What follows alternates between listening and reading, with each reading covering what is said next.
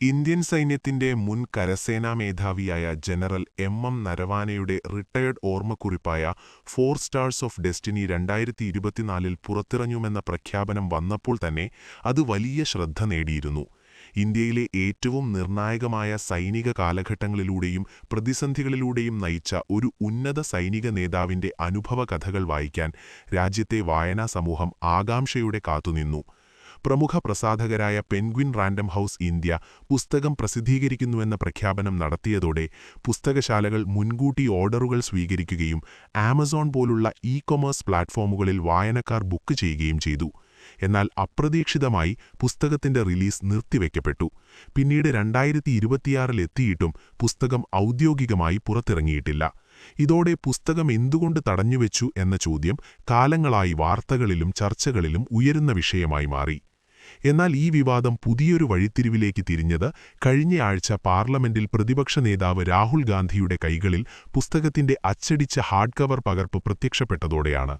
സാധാരണയായി ഒരു പുസ്തകം പ്രസിദ്ധീകരിച്ചാൽ മാത്രമേ വിപണിയിൽ ഹാർഡ് കവർ കോപ്പികൾ ലഭ്യമാകൂ.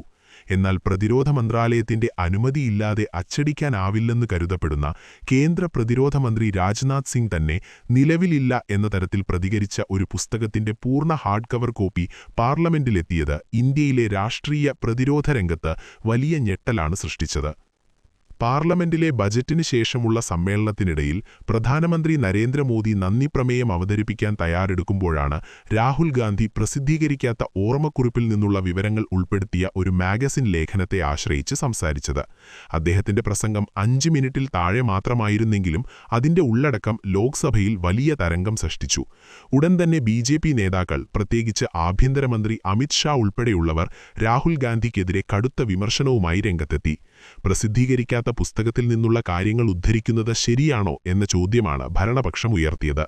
മാത്രമല്ല, പ്രതിരോധ മന്ത്രി രാജ്നാഥ് സിംഗ് അത് പ്രസിദ്ധീകരിച്ചിട്ടുണ്ടെങ്കിൽ ഉദ്ധരിക്കാം, പ്രസിദ്ധീകരിച്ചിട്ടില്ലെങ്കിൽ അത് പരാമർശിക്കുന്നത് ഉചിതമല്ല എന്ന് തുറന്നടിച്ചെത്തിയിരുന്നു.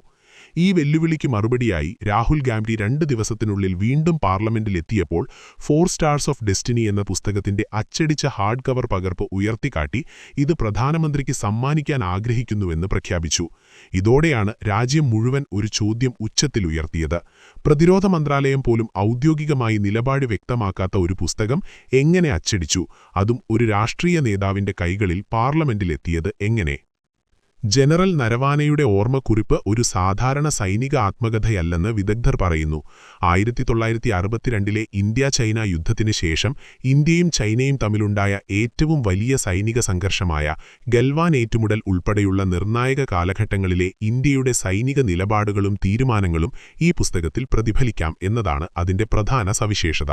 കൂടാതെ വിവാദമായ അഗ്നിപത്ത് റിക്രൂട്ട്മെന്റ് പദ്ധതിയെയും യഥാർത്ഥ നിയന്ത്രണ രേഖയിലെ സംഘർഷങ്ങളെക്കുറിച്ചുമുള്ള നിർണായക വിവരങ്ങൾ ഇതിലുണ്ടാകാമെന്ന് റിപ്പോർട്ടുകൾ ചൂണ്ടിക്കാണിക്കുന്നു. അതുകൊണ്ടുതന്നെ ഈ പുസ്തകത്തിന്റെ ഉള്ളടക്കം ദേശീയ സുരക്ഷയുമായി ബന്ധപ്പെട്ടു നിൽക്കുന്നതിനാൽ പ്രതിരോധ മന്ത്രാലയത്തിന്റെ അനുമതി നിർണായകമാണെന്നും അതിന്റെ ക്ലിയറൻസ് ലഭിക്കാതെ പുസ്തകം പുറത്തിറങ്ങാൻ സാധ്യമല്ലെന്നും പലരും വിശ്വസിച്ചു. ഈ പശ്ചാത്തലത്തിലാണ് പുസ്തകത്തിന്റെ റിലീസ് തടഞ്ഞുവെക്കപ്പെട്ടത് എന്ന വിലയിരുത്തൽ ശക്തമായത്. 2020 മുതൽ 2024 വരെ പ്രതിരോധ മന്ത്രാലയം ഏകദേശം 35 പുസ്തകങ്ങൾക്ക് അംഗീകാരം നൽകിയെങ്കിലും ജനറൽ നരവാനെയുടെ 4 സ്റ്റാർസ് ഓഫ് ഡെസ്റ്റിനി മാത്രമാണ് ഇപ്പോഴും തടഞ്ഞുവെച്ചിരിക്കുന്നത്. ഇതുതന്നെ പുസ്തകത്തിലെ ഉള്ളടക്കം വളരെ സെൻസിറ്റീവായിരിക്കാമെന്ന സംശയം ശക്തമാക്കുന്നു. പ്രസാധകരായ പെൻഗ്വിൻ റാൻഡം ഹൗസ് പുസ്തകത്തെ അവതരിപ്പിച്ച രീതിയും ശ്രദ്ധേയമാണ്. നേതൃത്വ പാഠങ്ങളും മാനേജ്മെന്റ് ആശയങ്ങളും സൈനിക സംഘടനയെ കൂടുതൽ ശക്തമായ ദേശീയ ഉപകരണമാക്കാനുള്ള മാർഗങ്ങളും ഉൾക്കാഴ്ചകളും അടങ്ങിയ ഒരു ഗ്രന്ഥം എന്ന രീതിയിലാണ് പ്രസാധകർ ഇതിനെ വിവരിച്ചത്. എന്നാൽ അത്തരമൊരു പൊതുവായ വിവരണം മാത്രം നൽകിയിട്ടും പുസ്തകം പുറത്തിറങ്ങാതെ പോകുന്നത് സംശയം വർദ്ധിപ്പിക്കുന്നു. 2024 ആമസോൺ, ഫ്ലിപ്കാർട്ട് തുടങ്ങിയ പ്ലാറ്റ്ഫോമുകളിൽ പുസ്തകം പ്രീ ഓർഡറിന് ലഭ്യമായിരുന്നെങ്കിലും പിന്നീടവ ക്യാൻസൽ ചെയ്തിരുന്നു. അടുത്ത കാലം വരെ amazon.in-ലും പുസ്തകം ലിസ്റ്റ് ചെയ്തിരുന്നു എന്നതും പ്രസാധന ലോകത്തെ ദുരൂഹത വർദ്ധിപ്പിക്കുന്നു. ഇതൊക്കെ സൂചിപ്പിക്കുന്നത് പുസ്തകത്തിന്റെ അച്ചടി പ്രസിദ്ധീകരണ പ്രക്രിയ ഒരു ഘട്ടം വരെ മുന്നോട്ടു പോയിരിക്കാം, എന്നാൽ അവസാന നിമിഷമാണ് അത് തടഞ്ഞുവെച്ചത് എന്നതാണ്. കാരണം ഒരു പുസ്തകം പ്രീ ഓർഡറിലേക്ക് പോകണമെങ്കിൽ സാധാരണയായി cover design, print formatting, marketing തയ്യാറെടുപ്പുകൾ തുടങ്ങിയവ പൂർത്തിയാക്കിയിരിക്കണം. അതായത് പ്രസാധകർ പുസ്തകം വിപണിയിൽ ഇറങ്ങാൻ തയ്യാറാണ് എന്ന നിലയിലേക്ക് എത്തിച്ചിരുന്നു എന്നതിന്റെ സൂചനയായി ഇത് കണക്കാക്കപ്പെടുന്നു. ഇന്ത്യയിൽ സൈനിക ഉദ്യോഗസ്ഥരെഴുതുന്ന പുസ്തകങ്ങൾക്ക് വ്യക്തമായ ഒരു ക്ലിയറൻസ് പ്രക്രിയയുണ്ടോ എന്നതാണ് ഈ സംഭവത്തിൽ ഉയരുന്ന മറ്റൊരു പ്രധാന ചോദ്യം എന്ന് വിദഗ്ധർ ചൂണ്ടിക്കാണിക്കുന്നു. സർവീസിലുള്ള ഉദ്യോഗസ്ഥർക്ക് സർക്കാർ അനുമതിയില്ലാതെ പ്രസിദ്ധീകരണം സാധ്യമല്ല. എന്നാൽ വിരമിച്ച ഉദ്യോഗസ്ഥർക്ക് ആർമി ആക്ടിന്റെയും ചട്ടങ്ങളുടെയും പരിധിയിൽ നേരിട്ട് ബാധ്യതകൾ കുറവാണ്. എന്നാൽ 1923 ഒഫീഷ്യൽ സീക്രട്സ് ആക്ട് വിരമിച്ച ശേഷവും ജീവിതകാലം മുഴുവൻ ബാധകമാണ്. ദേശീയ സുരക്ഷയെ ബാധിക്കുന്ന വിവരങ്ങൾ പുറത്തുവിട്ടാൽ അത് ക്രിമിനൽ കുറ്റമാകും.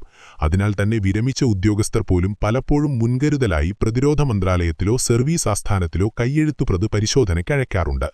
ഇതുമായി ബന്ധപ്പെട്ട ലഫ്റ്റനന്റ് ജനറൽ KGS ധില്ലോൺ നൽകിയ വിശദീകരണം പ്രസക്തമാണ്.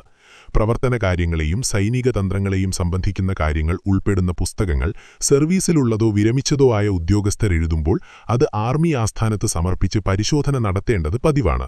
അവിടെ 3 തലത്തിലുള്ള പരിശോധന നടക്കുകയും ചില ഭാഗങ്ങൾ തിരുത്താൻ നിർദ്ദേശിക്കുകയോ അത്യന്തം സെൻസിറ്റീവ് ഉള്ളടക്കം കണ്ടെത്തിയാൽ അനുമതി തടയുകയും ചെയ്യാം. ഈ പ്രക്രിയയെ അടിസ്ഥാനപ്പെടുത്തി 4 സ്റ്റാർസ് ഓഫ് ഡെസ്റ്റിനി ഇപ്പോഴും പരിശോധനയിലായിരിക്കുമ്പോൾ അതിന്റെ ഹാർഡ് കവർ കോപ്പികൾ എങ്ങനെ അച്ചടിച്ചു എന്ന ചോദ്യം കൂടുതൽ ഗുരുതരമാകുന്നു. ഈ വിവാദത്തിന്റെ ഏറ്റവും വലിയ ദുരൂഹത പുസ്തകം ഒരു ഹാർഡ് കവർ രൂപത്തിൽ അച്ചടിച്ചിട്ടുണ്ട് എന്നതാണ്. കാരണം ഒരു കൈയെഴുത്ത് പ്രത് അല്ലെങ്കിൽ ടൈപ്പ് സ്ക്രിപ്റ്റ് പരിശോധിക്കാനായി മന്ത്രാലയത്തിലേക്ക് അയക്കുന്നത് സാധാരണമാണ്. എന്നാൽ അച്ചടി പൂർത്തിയാക്കി ബൈൻഡ് ചെയ്ത ഹാർഡ് കവർ കോപ്പികൾ ഉണ്ടാക്കുക എന്നത് വലിയ സാമ്പത്തിക നിക്ഷേപവും വിതരണ തയ്യാറെടുപ്പും ആവശ്യപ്പെടുന്ന നടപടിയാണ്. അതിനാൽ തന്നെ പ്രതിരോധ മന്ത്രാലയത്തിന്റെ അന്തിമ അനുമതി കാത്തിരിക്കാതെ ഒരു പ്രസാധകൻ ഇത്രയും മുന്നോട്ടു പോകുന്നത് അസാധാരണമായ കാര്യമാണ്. ഇതോടൊപ്പം ഡൽഹിയിലെ ചില പുസ്തകശാലകളിൽ പുസ്തകത്തിന്റെ ഭൗതിക പകർപ്പുകൾ എത്തിയിരുന്നുവെന്നും പിന്നീട് അവ തിരിച്ചു വിളിക്കപ്പെട്ടുവെന്നും റിപ്പോർട്ടുകൾ വന്നിട്ടുണ്ട്. ഒരു പുസ്തകശാല ജീവനക്കാരൻ പോലും നൂറുകണക്കിന് മുൻകൂട്ടി ഓർഡറുകൾ എടുത്തിരുന്നു, പക്ഷേ വിവാദത്തിന് തുടർന്ന് പ്രസാധകർക്ക് തിരികെ നൽകേണ്ടി വന്നു എന്ന് പറഞ്ഞതായി റിപ്പോർട്ടുകളുണ്ട്. ഇത് സൂചിപ്പിക്കുന്നത് പുസ്തകം യഥാർത്ഥത്തിൽ അച്ചടിച്ച് വിതരണത്തിനയച്ച ഘട്ടം വരെ എത്തിയിരുന്നു എന്നതാണ്. ഇതിന്റെ രാഷ്ട്രീയ വശവും അത്ര തന്നെ നിർണായകമാണ്. പ്രതിരോധ മന്ത്രാലയം പോലും നിലവിലില്ല എന്ന് സൂചിപ്പിച്ച ഒരു പുസ്തകം പ്രതിപക്ഷ നേതാവിന്റെ കൈകളിൽ പാർലമെന്റിൽ എത്തുന്നത് ഭരണകൂടത്തിനും പ്രതിരോധ സംവിധാനത്തിനും വലിയ പ്രതിച്ഛായ നഷ്ടമാണ് സൃഷ്ടിക്കുന്നത്.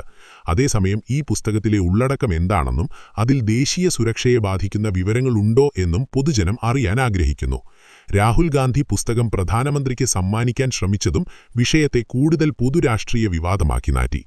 അവസാനമുയരുന്ന പ്രധാന ചോദ്യം രാഹുൽ ഗാന്ധിക്ക് പുസ്തകം എങ്ങനെ ലഭിച്ചു എന്നതല്ല, മറിച്ച് ഒരു പ്രസിദ്ധീകരിക്കാത്ത കൈയെഴുത്തുപ്രത് എങ്ങനെ ഒരു അച്ചടിച്ച ഹാർഡ് കവർ പുസ്തകമായി മാറി. ഇതിന് 2 സാധ്യതകൾ മാത്രമേ ഇപ്പോൾ രാഷ്ട്രീയ നിരീക്ഷകർ മുന്നോട്ടുവയ്ക്കുന്നുള്ളൂ. ഒന്നാമത്, പ്രസാധകർ പ്രതിരോധ മന്ത്രാലയത്തിന്റെ അന്തിമ അനുമതി കാത്തിരിക്കാതെ അച്ചടി പൂർത്തിയാക്കി വിതരണത്തിന് തയ്യാറാക്കി. പിന്നീട് സർക്കാർ ഇടപെട്ട് അത് തിരിച്ചു വിളിച്ചിരിക്കാം. രണ്ടാമത്, ആദ്യം അനുമതി നൽകിയ ശേഷം സർക്കാർ നിലപാട് മാറി പിന്മാറിയിരിക്കാം. രണ്ടും സംഭവിച്ചാൽ അത് ഗുരുതരമായ ഭരണാത്മക പാളിച്ചയാണെന്നും അതിന്റെ ഉത്തരവാദിത്വം വ്യക്തമായി നിർണയിക്കേണ്ടതുണ്ടെന്നും വിമർശകർ പറയുന്നു. ഇന്നത്തെ കാലത്ത് ഒരു പുസ്തകം ഒരിക്കൽ അച്ചടിച്ചു കഴിഞ്ഞാൽ അതിന്റെ പ്രചാരം നിയന്ത്രിക്കുന്നത് അസാധ്യമാണ്. ഒരു കോപ്പി പോലും പുറത്തേക്ക് പോയാൽ അത് സ്കാൻ ചെയ്ത് പ്രചരിപ്പിക്കപ്പെടാം, ഉള്ളടക്കം ഓൺലൈനിൽ ചോർന്നുപോകാം, രാഷ്ട്രീയ ഉപയോഗത്തിന് വിധേയമാകാം. അതുകൊണ്ടുതന്നെ ഒരു സൈനിക നേതാവിന്റെ സെൻസിറ്റീവ് ഓർമ്മക്കുറിപ്പ് പാർലമെന്റിൽ വരെ എത്തിയത് ഇന്ത്യയിലെ പ്രതിരോധ സൈനിക സംവിധാനങ്ങളെയും ദേശീയ സുരക്ഷാ സംവിധാനങ്ങളെയും ഒരേപോലെ ചോദ്യചിഹ്നത്തിന് മുന്നിൽ നിർത്തുന്നു. ജനറൽ നരവാനയുടെ 4 സ്റ്റാർസ് ഓഫ് ഡെസ്റ്റിനി ഇപ്പോഴും ഔദ്യോഗികമായി പുറത്തിറങ്ങിയിട്ടില്ലെങ്കിലും അതിന്റെ അച്ചടിച്ച പകർപ്പ് പാർലമെന്റിൽ പ്രത്യക്ഷപ്പെട്ടത് ഇന്ത്യയിലെ പ്രതിരോധ രാഷ്ട്രീയ ചരിത്രത്തിൽ അപൂർവമായ സംഭവമായി മാറിയിട്ടുണ്ട്. പ്രസാധകരും പ്രതിരോധ മന്ത്രാലയവും ഇതുമായി ബന്ധപ്പെട്ട് വ്യക്തമായ വിശദീകരണം നൽകാതെ തുടരുന്നത് വിവാദത്തെ കൂടുതൽ ശക്തമാക്കുന്നു. പുസ്തകം യഥാർത്ഥത്തിൽ പ്രസിദ്ധീകരിക്കാൻ അനുമതി ലഭിച്ചിരുന്നോ? അത് ആരാണ് തടഞ്ഞത്? എന്തുകൊണ്ട് തടഞ്ഞു? ഈ ചോദ്യങ്ങൾക്ക് വ്യക്തമായ മറുപടി ലഭിക്കുന്നതുവരെ ഈ സംഭവം ഇന്ത്യയിലെ നാഷണൽ സുരക്ഷയും ഭരണ സംവിധാനവും രാഷ്ട്രീയവും ചേർന്ന ഒരു വലിയ ദുരൂഹതയായി തുടരുമെന്നുറപ്പാണ്.